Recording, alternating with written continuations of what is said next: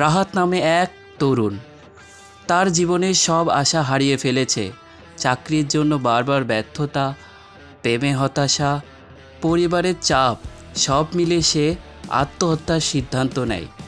তাই সে তার শেষ চিঠি লিখতে বসেছে। সেখানে তার শেষ অনুভূতিগুলো সে প্রকাশ করছে। কিন্তু হঠাৎ দরজার নিচ দিয়ে একটা পুরনো চিঠি এসে পড়ে।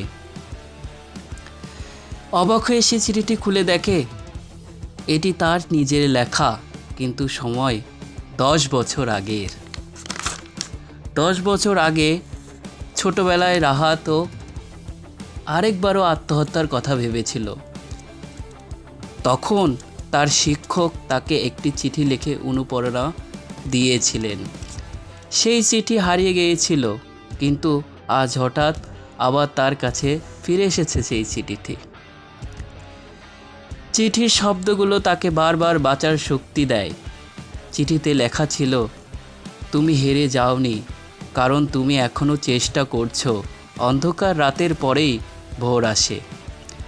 চোখের পানি মুছে সে বুঝতে পারে এটা হয়তো তা একটা ইশারা। সে নিজের জীবন নতুন করে শুরু করার সিদ্ধান্ত নেয়।